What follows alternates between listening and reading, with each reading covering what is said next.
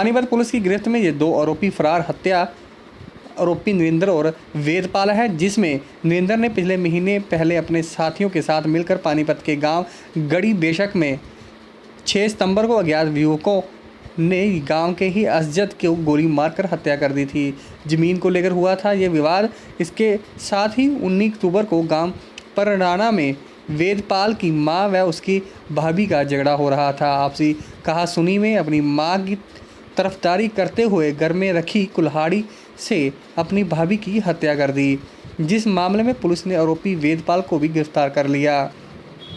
दोनों को न्यायिक हिरासत में पेश कर जल्द ही असजद के 2 और आरोपी हत्यारों को जल्द पकड़ने का पुलिस दावा कर रही है। ये जो आज की प्रेस वार्ता बुलाई गई है, ये जिला पानीपत में सिलसिलेवार 2 जो हत्या यहाँ हुई थी, जिसके तहत 2 मुकदमे दर्ज हुए थे अलग अलग समय में।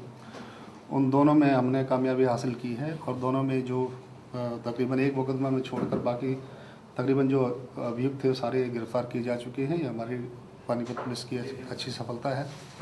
पहला जो मुकदमा था ये गांव गड़ी बेशक का था। इसमें एक असजद नाम के लड़के की मृत्यु की गई थी।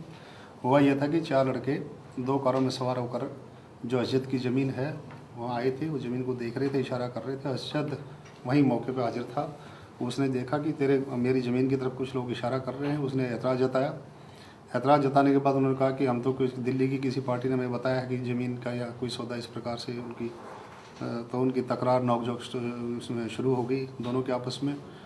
2 इसमें नामजद अभियुक्त जो कि फरार हैं, प्रसन्न उर्फ लंबू जो सीवा गांव का रहने वाला है, एक लड़का प्रदीप जो गुचाना जींद का रहने वाला है। दोनों मोस्ट वांटेड टाइप के क्रिमिनल्स हैं, बड़े अपराधी हैं।